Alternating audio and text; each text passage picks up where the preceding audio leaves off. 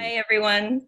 My name is Aitin Jagri. I am the Public Relations Director, as well as the moderator here for CyberPatient's first webinar. It is our first webinar, so please bear with us. We're still learning all the different techniques and the different features to be able to use this proficiently. I wanted to get rid of some housekeeping before we start. To let you guys know, this is the first part of a 4-part webinar series. And the name of our webinar today for Tuesday, June the 23rd at 8 a.m. Pacific time is the Introduction to CyberPatient, the Gap, Our Solution, Goals, and Educational Philosophy. Our second session is on Thursday, June the 25th at 8 a.m. Pacific time. CyberPatient Design and Interface, Technical Requirements, Design Characteristics, and How to Operate CyberPatient. The third session is on Tuesday, June the 30th at 8 a.m. as well, Pacific time. It is entitled CyberPatient Curriculum Integration as Curriculum Content and as an Assessment Tool. And lastly, our fourth session will be on Thursday, July the 2nd, at 8 a.m. Pacific time, entitled CyberPatient Research, Types of Research Activities, Completed Projects, Research in Progress, and Research Opportunities. Now, this webinar will entail 2 sessions or 2 parts. The first part will be Dr. Kareem presenting his presentation. After that, we will be having a Q&A discussion. If you have any questions, please feel free at the bottom of your screen to click on the raise hand or the Q&A, preferably the Q&A, where you can type your questions. And at the end, Dr. Kareem can address all of your questions and have a conversation. If you have any other types of questions at all, like in regards to not hearing or any kind of issues with your webinar whatsoever, you can contact me. My name is Aitan, A-Y-T-A-N. I'm here as a co-host. And you can also email me if you have any kind of comments or questions maybe you have forgotten to ask during our webinar session. I will leave my email address in the chat box, but just to let you know, it is aitan@cyberpatient.ca. And I believe we are now at 5 minutes. Dr. Kareem, if you are ready, we can begin, or we can wait a little more for you. I guess we can start in maybe 1 more minute because people are still coming. Mm-hmm.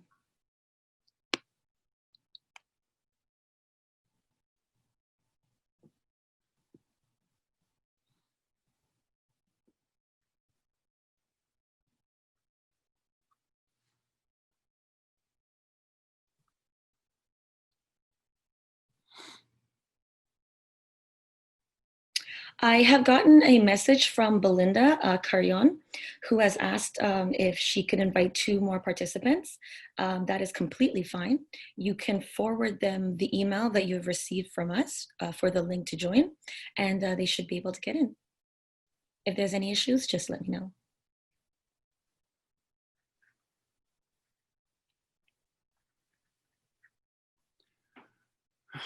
Okay, maybe should we start now? Sure, go right ahead. Okay, my dear friends, respected colleagues, first of all, I would like to extend my appreciation and thank every one of you cordially for coming to this webinar and for giving me the opportunity to speak with you today. I believe that I have to start now. I think the slides maybe, so. Sure, go right ahead. We should have done this. Oh, I have to share my screen now, right? Right, so you want to share the PowerPoint that's open. No, I have to share the screen here.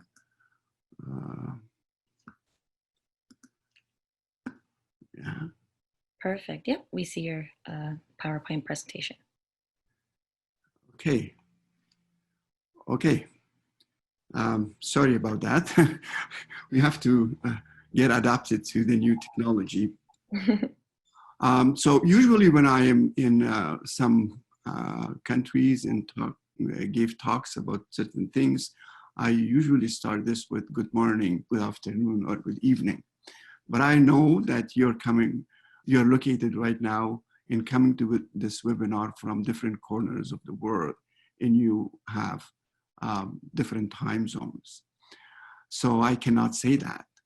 In any case, I strongly believe that we are very fortunate and lucky to have the technology to put us together and to be able through this technology to exchange ideas and talk to each other, even in this very difficult time when COVID-19 is terrorizing the humanity.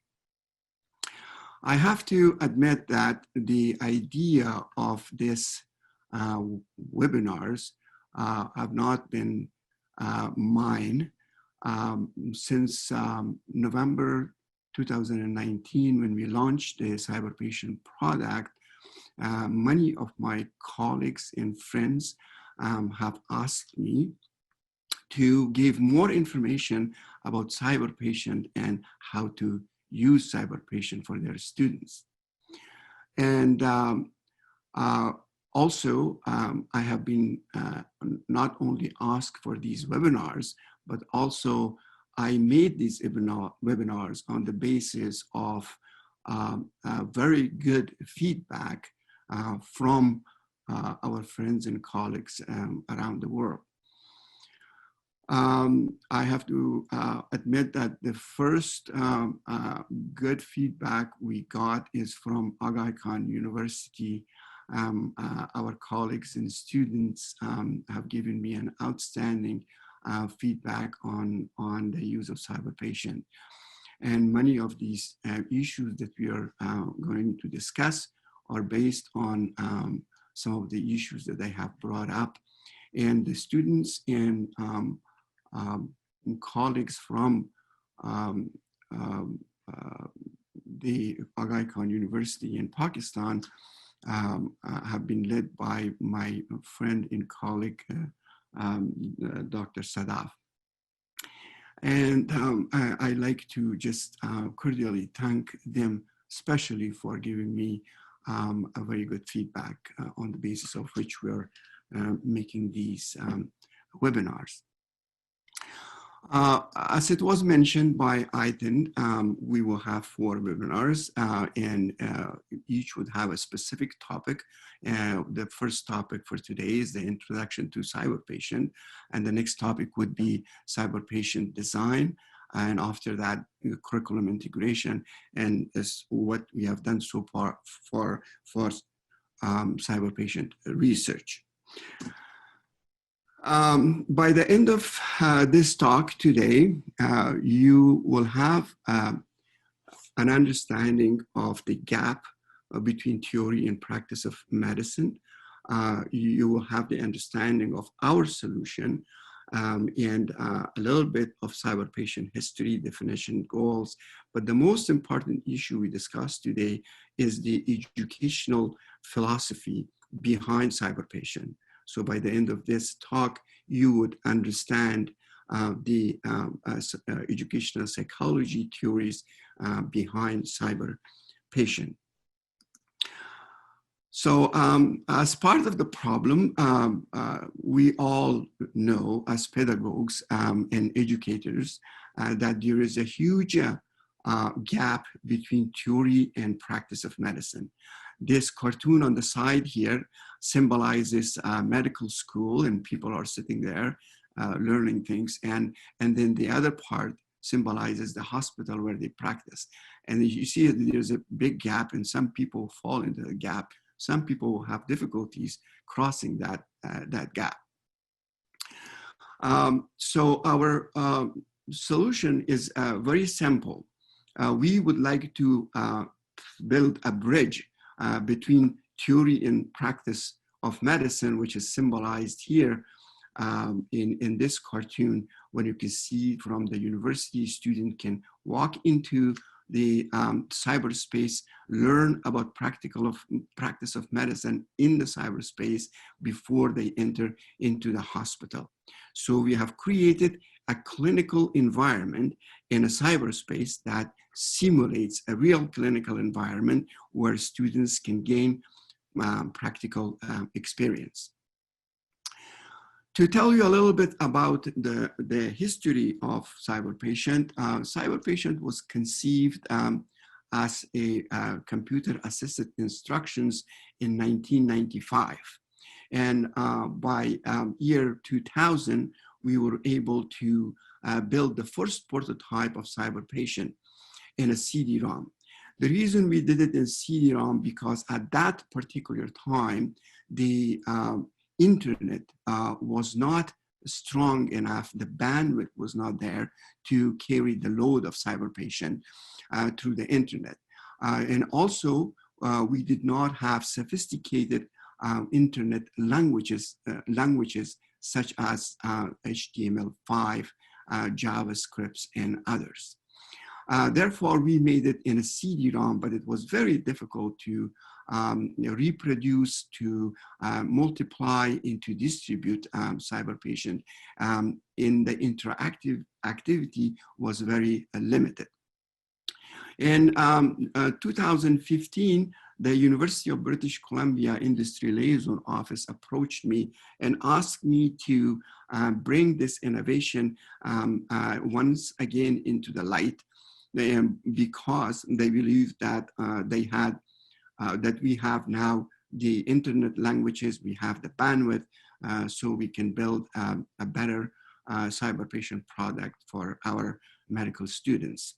And we have taken that opportunity and built the CyberPatient and launched the platform in November 2019.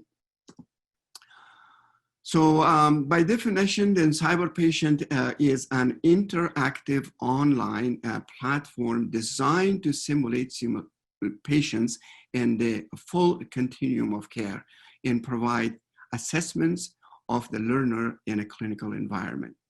And our goal is to enhance compiled thinking through experiential learning and support competency-based education in a virtual clinical environment. And now we're going to discuss how we're going to do this.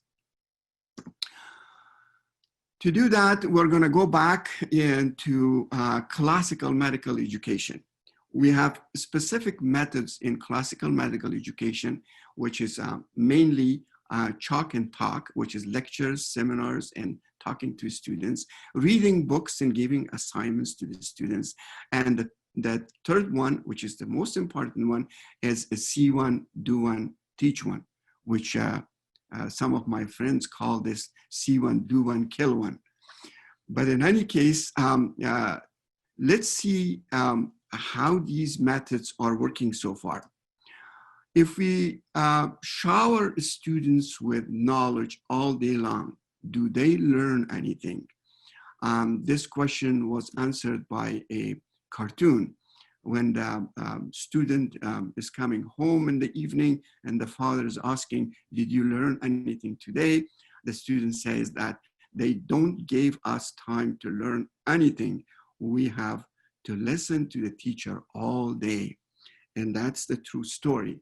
However, aside from these anecdotal issues, research in national training laboratories in the United States have shown that the knowledge retention after 3 months for a lecture is only 5%. If you read a book, it's 10%. If we add audiovisuals, it's 20%.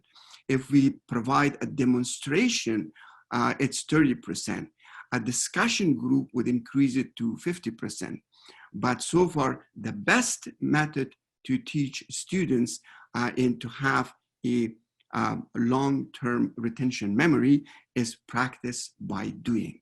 It's learning by doing and teaching others. Which brings us to the same question of learning by doing.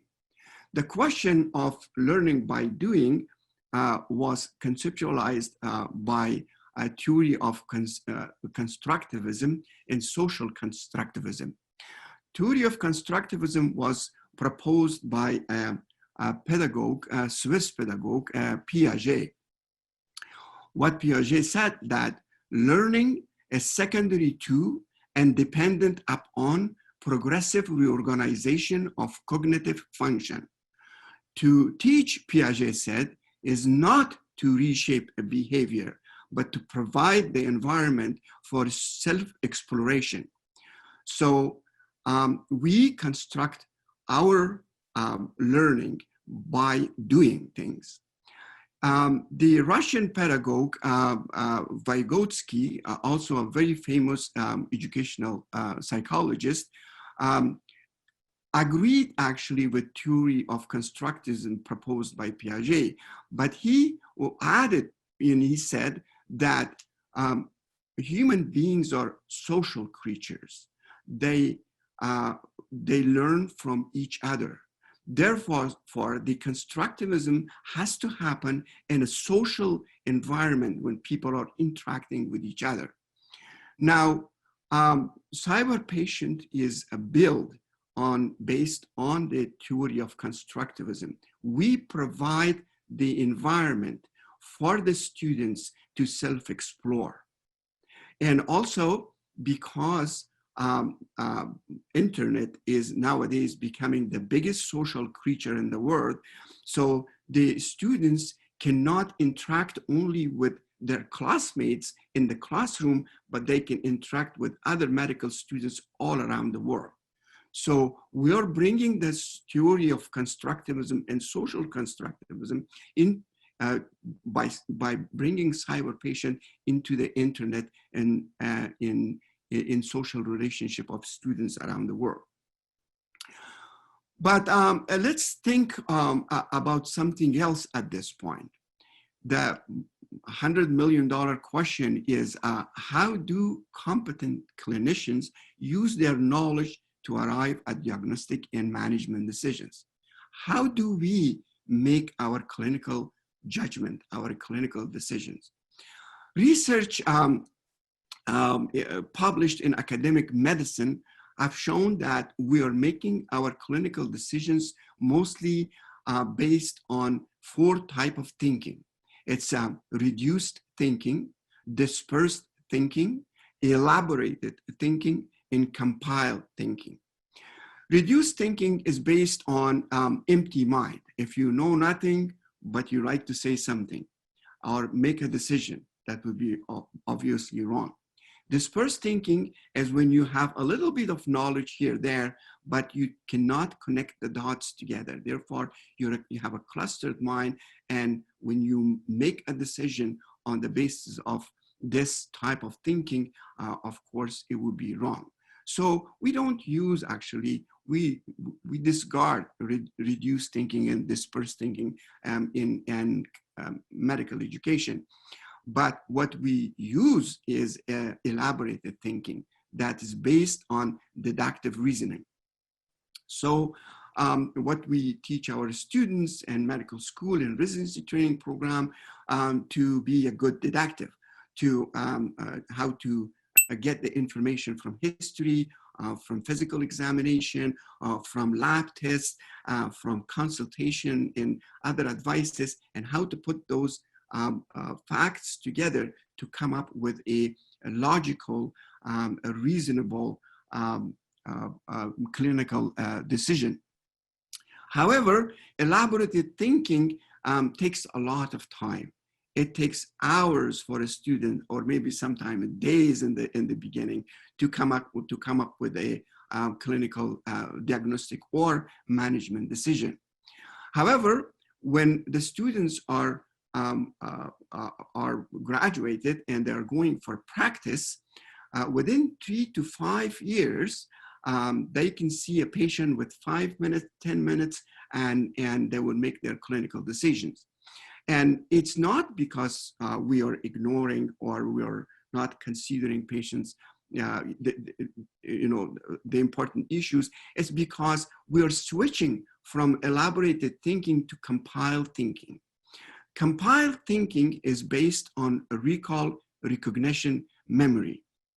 And this was conceptualized by Hafdings, and Hafdings' theory of transfer of learning.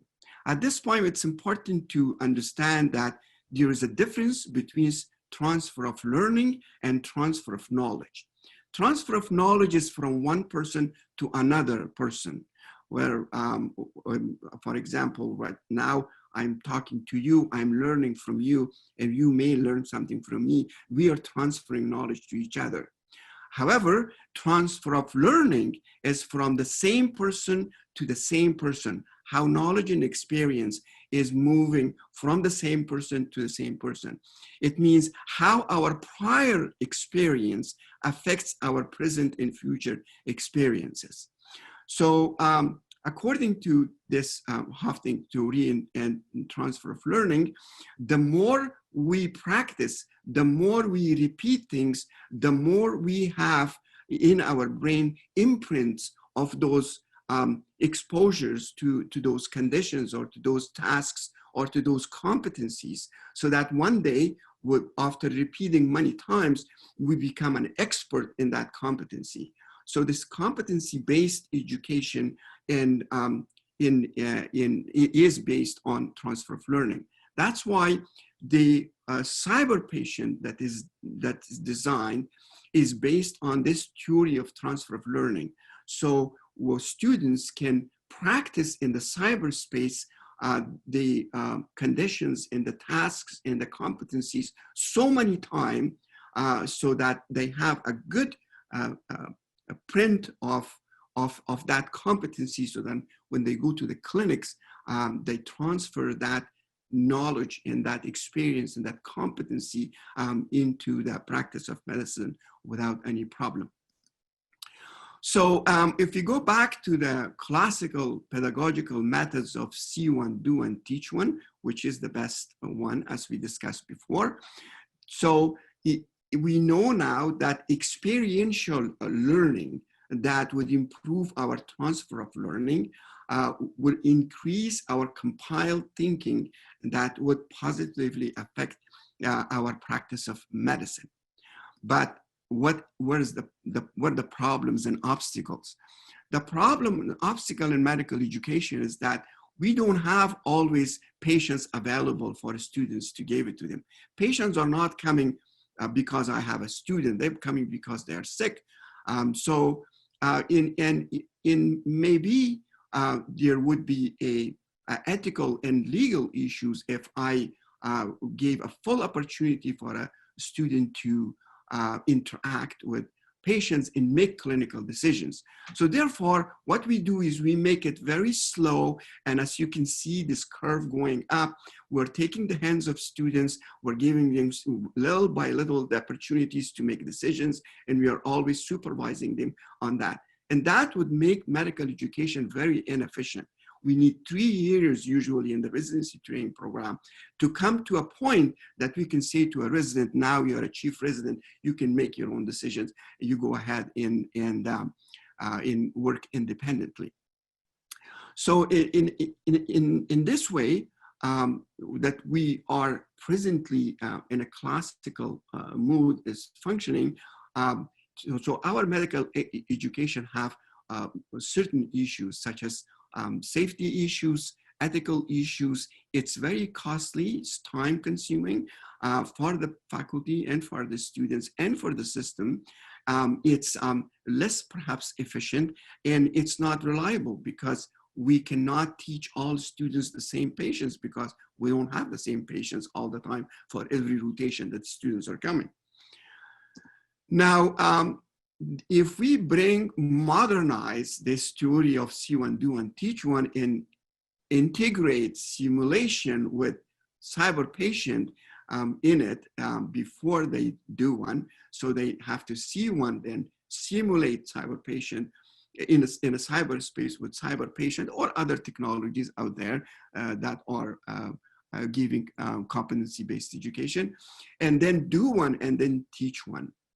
Then what will happen is that this simulation with CyberPatient or CyberPatient-like simulators can improve actually experiential learning and compiled thinking that would support our practice of medicine. So if we do this, then what will happen that then with the CyberPatient or CyberPatient-like competency-based simulators, we could decrease actually the time of training, and we will make it more efficient, more reliable, because you can give any patient at any time. It would be less costly for the system and for the universities and for the faculties. It would be more ethical and safer if the students are practicing their competencies in a virtual environment that doesn't harm the patient before they touch a real patient. So to have some conclusions or some summaries from the pedagogical values that we described, well, we can clearly say that CyberPatient is a student-centered environment that students can go at any time and any place and practice as many times with the same patient, with a variety of patients as they want. It supports the competency-based education. It improves the decision-making abilities of the students. It improves the experiential learning of students. Actually, it condenses the experience of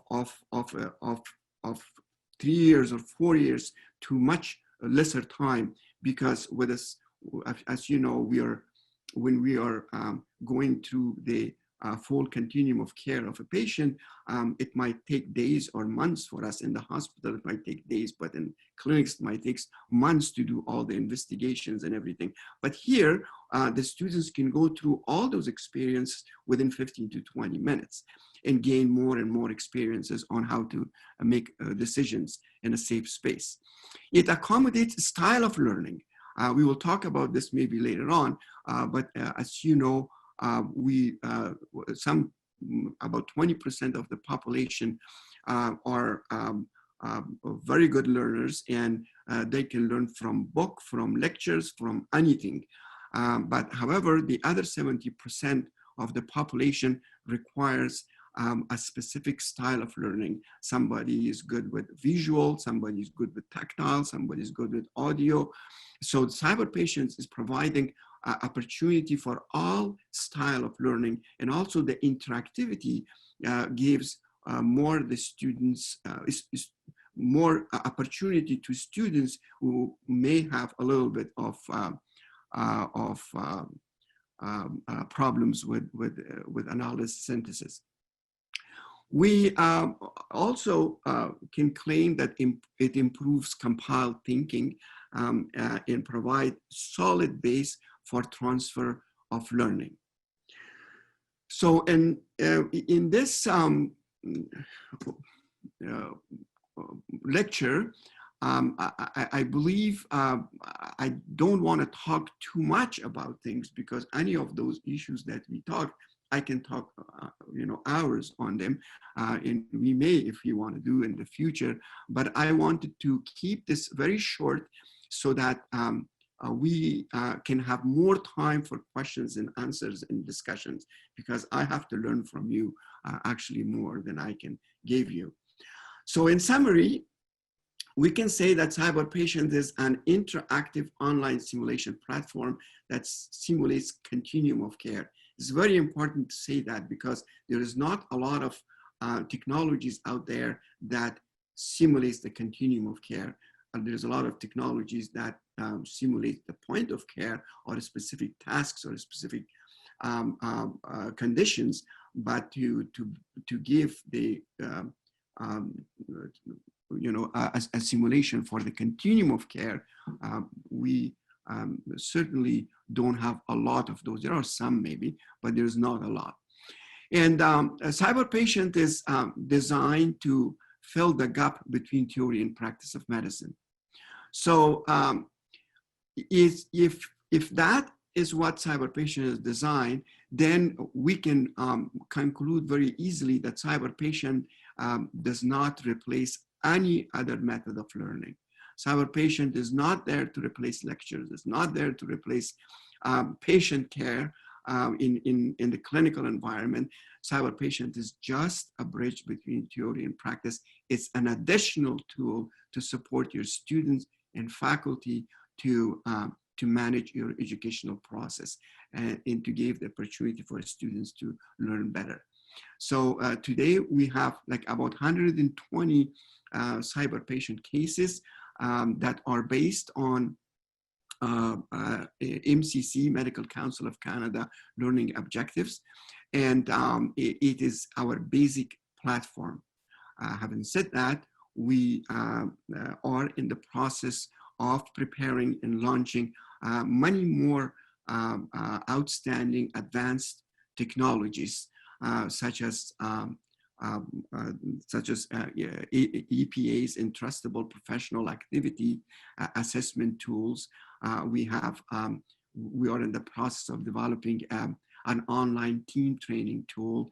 We are automatizing the creation of CyberPatient so that that professors in any part of the world can go to the internet and actually build a CyberPatient with their recent experience in clinics and give it to their students within perhaps half an hour.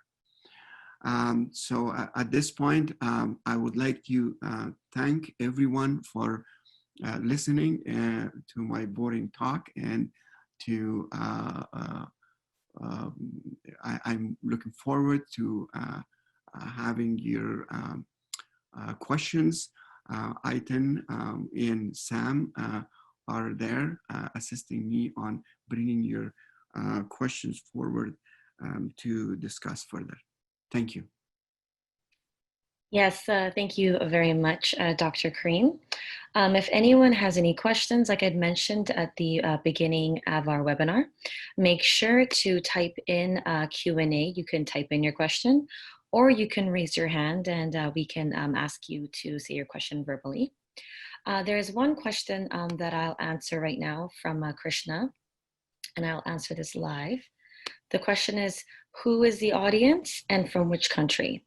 So our audience right now is for healthcare professionals, doctors, medical students, and we also have them from many different countries. We have over, I would say right now, 20 countries that we have emailed to be able to be part of this webinar. So that's to answer your question. And the second question is going to be answered live by Dr. Kareem. The question here is by Mohammed Baraka, and he's asking, Dr. Kareem, was CyberPatient developed for medical students only? Okay, so just to add for what Aitan said for the first question, we are now, in this webinar, we're from 20 countries, but CyberPatient is now distributed and used by 108 countries around the world. And we have contract agreements with more than 28 countries around the world. Yes, CyberPatient is for everyone. And we would like to use CyberPatient as mean of equalizing or bringing the North American standard of education to developing nations. This is one of my dreams, and this is going to be serving that purpose.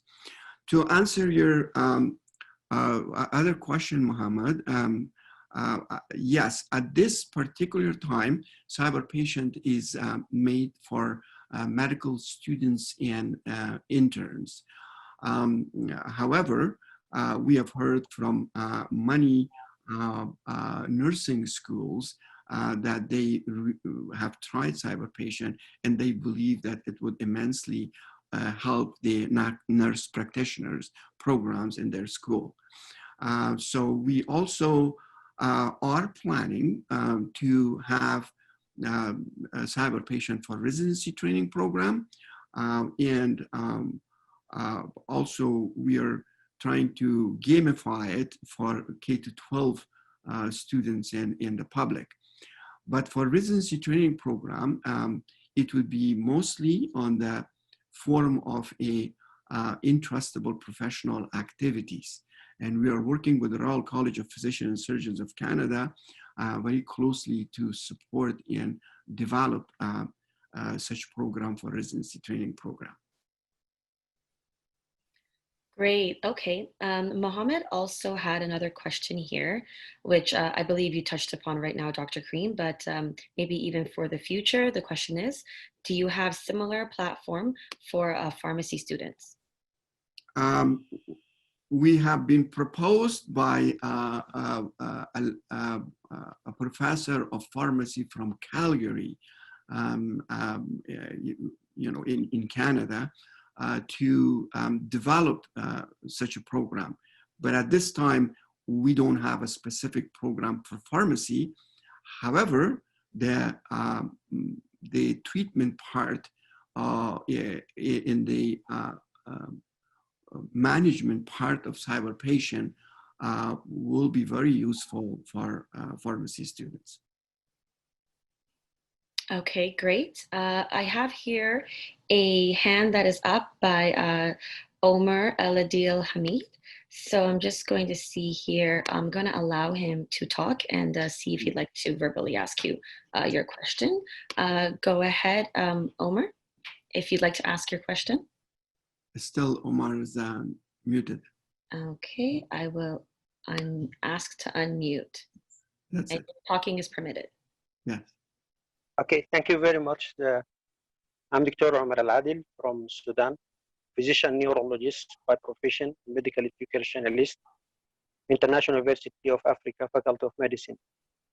First of all, thank you for this nice presentation, Dr. Karim, and for the Can Health as well. My question in short, and thank you for offering CyberPatient to low-income countries like Sudan and other countries. I know this is the first webinar among 4 other webinars. If my question can be answered later, I don't mind to postpone your answer, Dr. Karim, Professor Karim. My question is, you know that in International University of Africa Faculty of Medicine, we are adopting the system of integrated curricula, where we have an integration between basic and clinical from the early semesters up to the last semester. And we adopt as well the problem-based learning and the team-based learning. So how CyberPatient can be beneficial for students at different stages? I know you know that at different levels, some students might have just exposing themselves to the basic, and then they apply basic, and then whenever they go to the flagship, then they get into the real scenarios. Yeah. Thank you very much, Omar.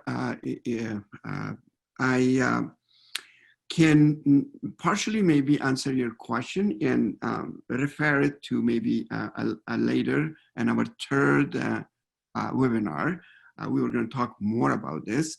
But to answer your question very briefly, yes, CyberPatient is designed in 4 different levels. Each level corresponds to the year of, to the clinical years for different universities. Because people have variety of curricula, we could not make this to be adapted only to one curricula, even to North American curriculum. But what we did is made it flexible enough so that it could be integrated in different years of medical school for different levels. And we do believe in stepwise progression of students, and we strongly recommend so that students in different level, from whatever level they are, when they start CyberPatient, to start it with level 1, which is only history taking, and then when they perfect that, to go to level 2, which is history taking, physical examination, and then to level 3, where diagnosis and management decisions are made. And level 4 is actually for internship. The difference between level 3 and 4 is that CyberPatient is based on 3 mistake rules. So if you make 3 mistakes in level 3, the CyberPatient platform would allow you to move forward, but taking into consideration your mistakes and giving you feedback on those mistakes later on in the end. But in level 4, after 3 mistakes, it would be disrupted. So it looks like you are now ready for practice. You cannot make mistakes. So the platform would turn off. So we will talk about this curriculum integration later on, next week perhaps, next Tuesday, I think. I hope this was good enough to just give you an introduction on what's coming. Thank you.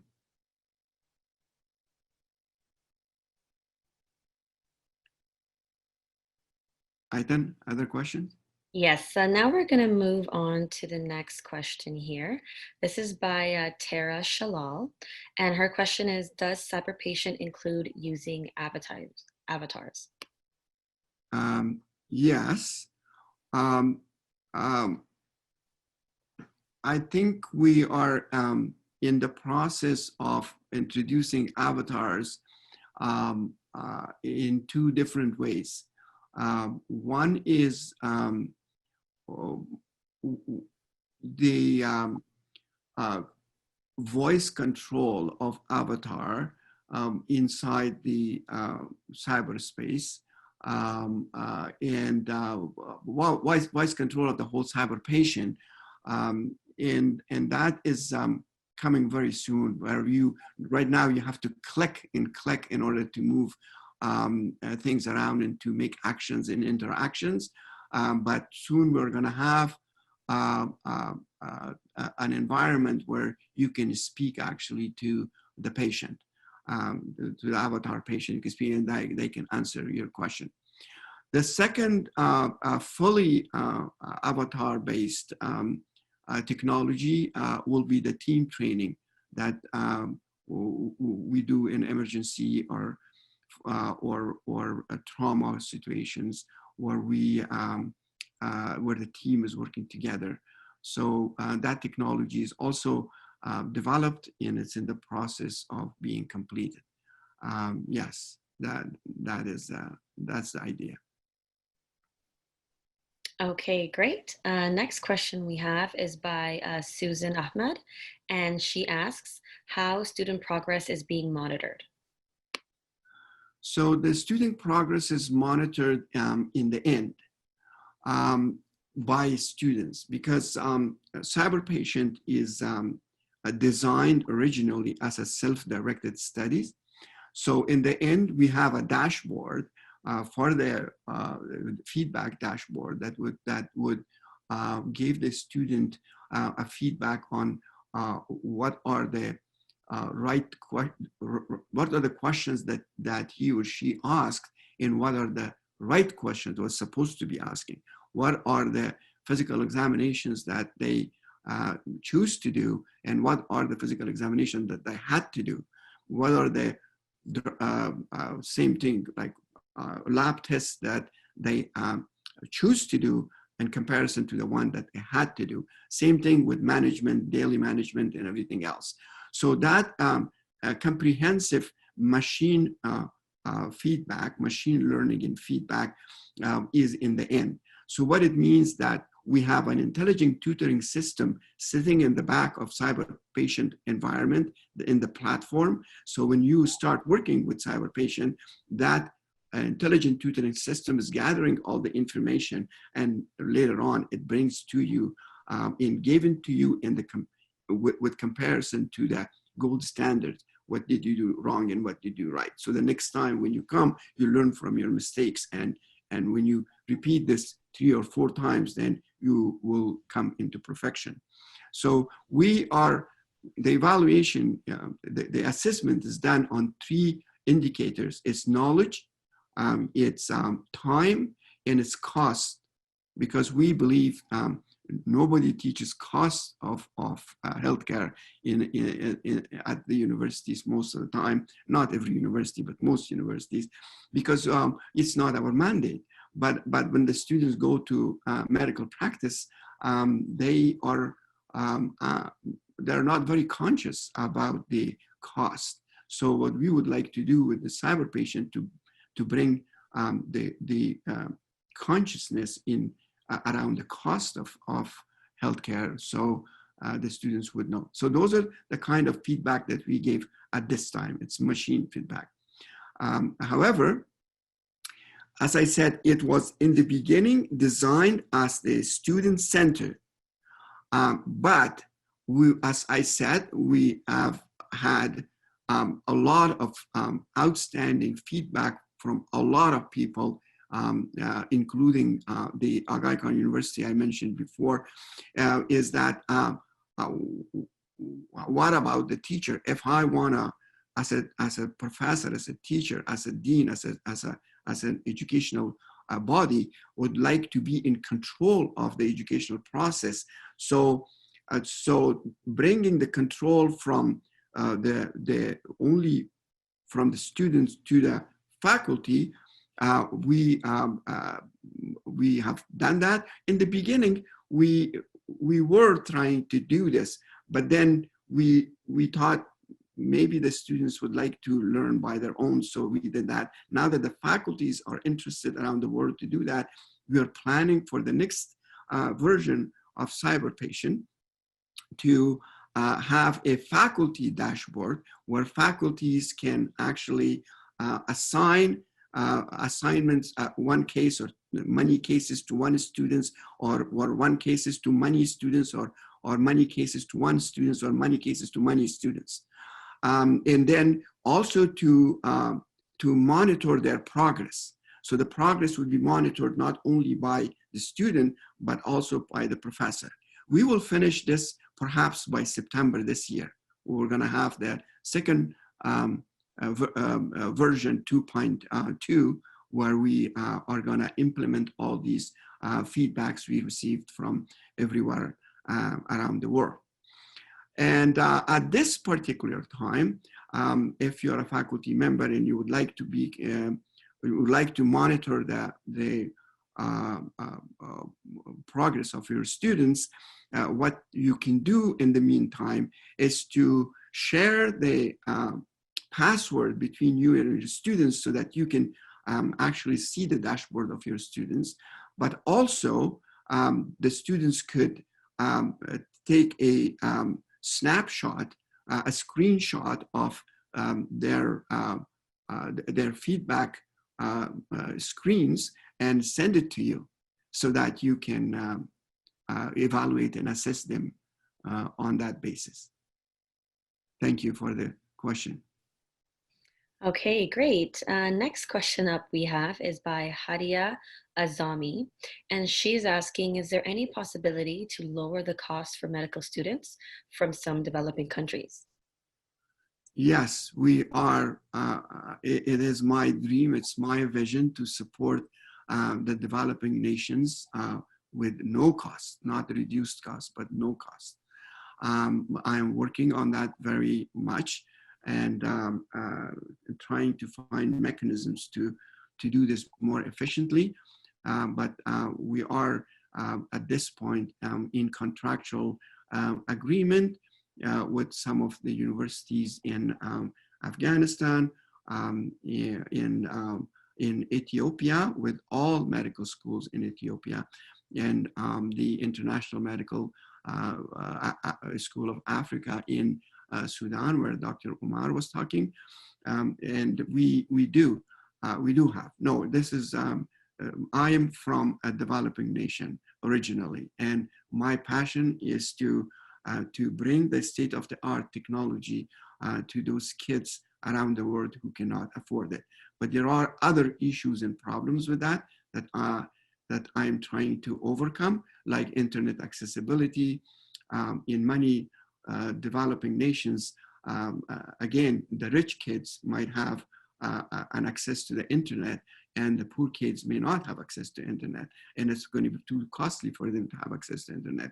And for me to bring this to the whole country free, again, I'm supporting the rich in that developing nation, but I'm not supporting the poor kids. But my heart is there. My heart is with everyone, but more with those who cannot afford it. So I am in the process of solving these technological issues and logistic issues to support developing nations. Okay, great. And I guess it would be a good note to let all of our webinar attendees know that at this time, CyberPatient is free of cost, in case they don't know. To be able to access CyberPatient right now during the pandemic, you're able to use CyberPatient at absolutely no cost, even, and of course that includes developing countries. You can go to our website to be able to sign up for access. And the next question or do we want to elaborate on that, Dr. Green? Oh yeah, I wanted to also say that a lot of people have asked me what it means, the end of pandemic. It will be tomorrow or a month from now. For us, the end of pandemic is when the United Nations says there is no pandemic issue anymore in the world. Then we are going to turn this from fully free to different methods of compensation and support. Exactly, yes. So CyberPatient is free of charge right now. So go ahead and try us out and let us know what you think. Our next question here is by Juan Pablo Nihenda, and he is asking, are you planning to create CyberPatient in Spanish? Yes, that's a very good question. I think our next business decision would be to, and we are planning to translate CyberPatient not only in Spanish, but in many other languages, such as French, Chinese, Japanese, Persian, and others. It would have a lot of financial consequences for the company and so on. So when the time comes, we're going to do this. However, with our Japanese partners, we're in Kochi University in Japan, where we do some research and their students are fully using CyberPatient for their studying. We translated actually 3 cases into Japanese just for them to do their research. And to our surprise, it was much easier and less costly than we thought before. So the opportunity is there. We will do that. I believe we will use our partners in different parts of the world with whom we have signed contracts to translate CyberPatient into different languages. But it will take time. It's not going to happen tomorrow. Okay, great. So next question we have that I think you just answered in the fact that CyberPatient is at no charge right now, but this is by Krishna.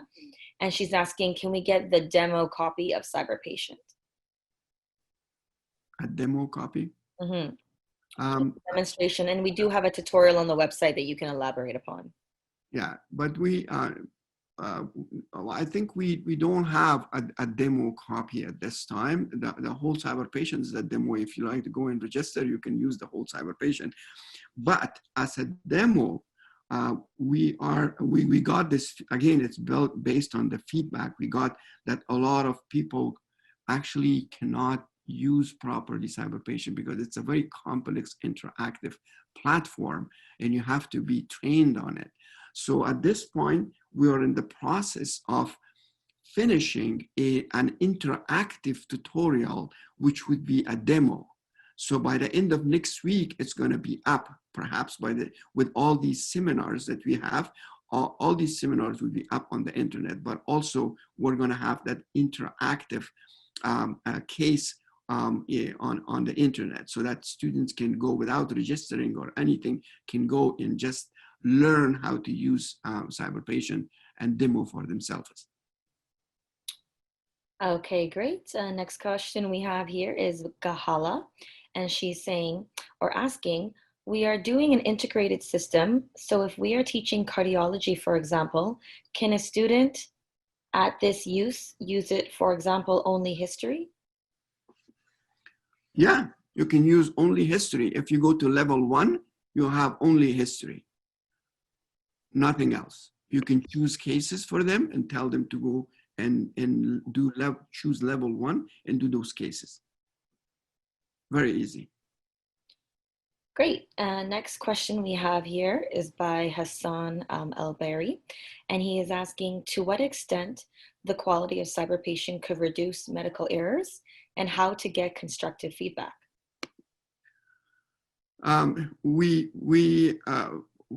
It's designed to reduce medical errors, and we hope it does, but I don't have hard scientific data yet to present for you.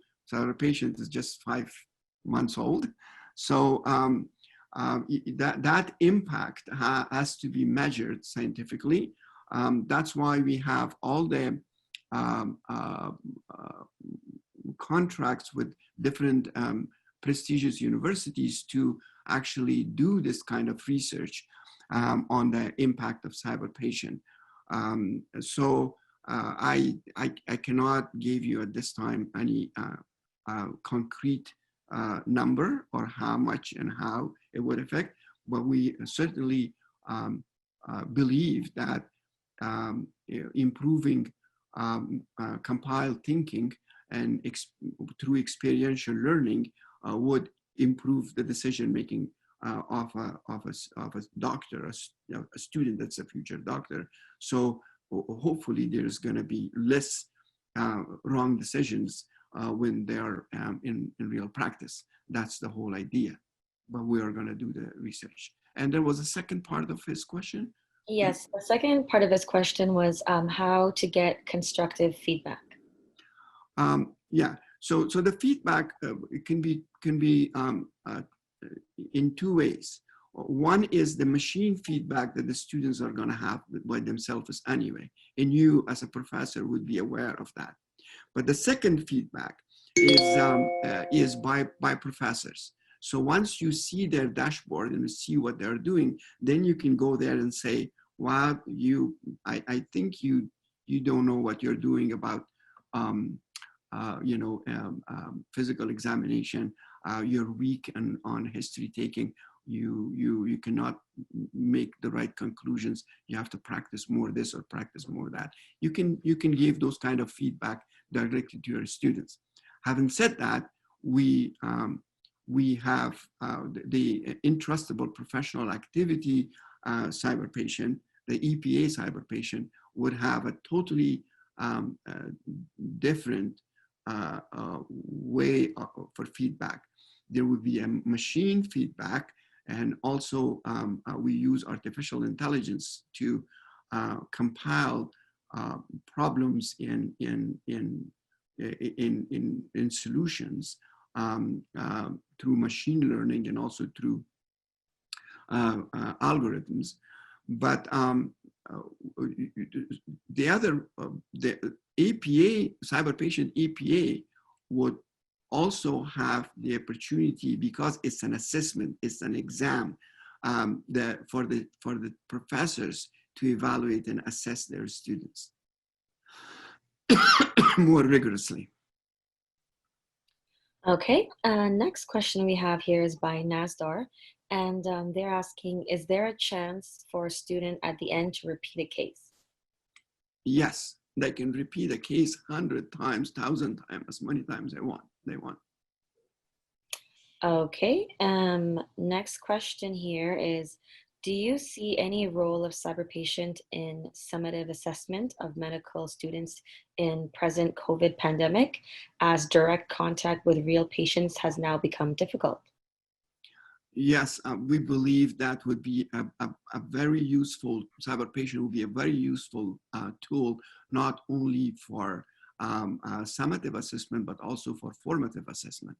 I think we're going to talk about this more in detail in lecture 3, which is going to be next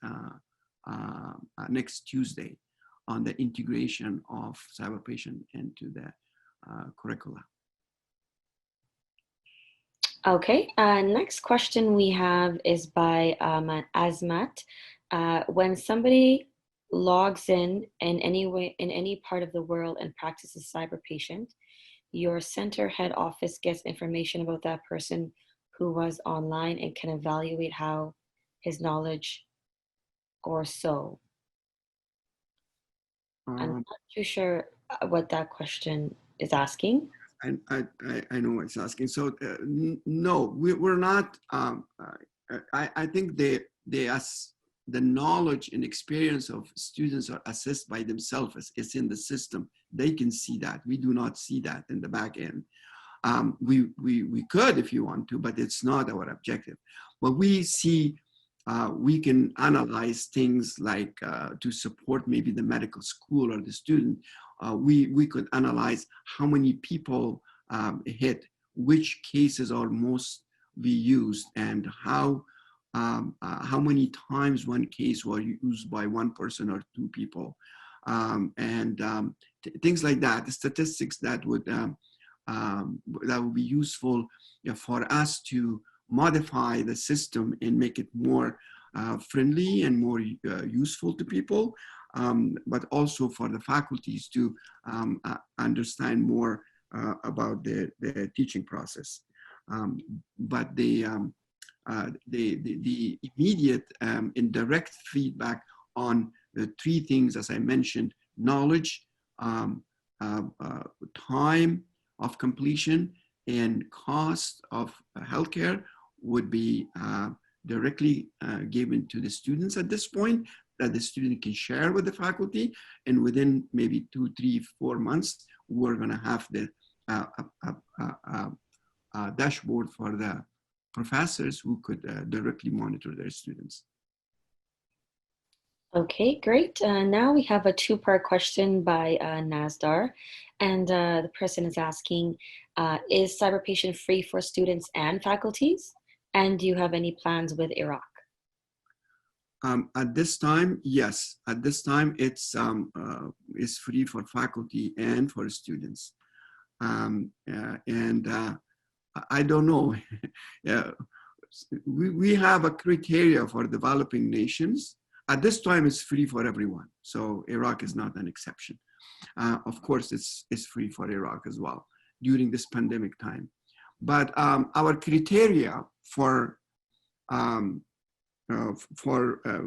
giving it free to countries is the GNI. GNI stands for Gross National Income. This is the United Nations indicator that identifies developing nations from developed nations. So according to GNI, United Nations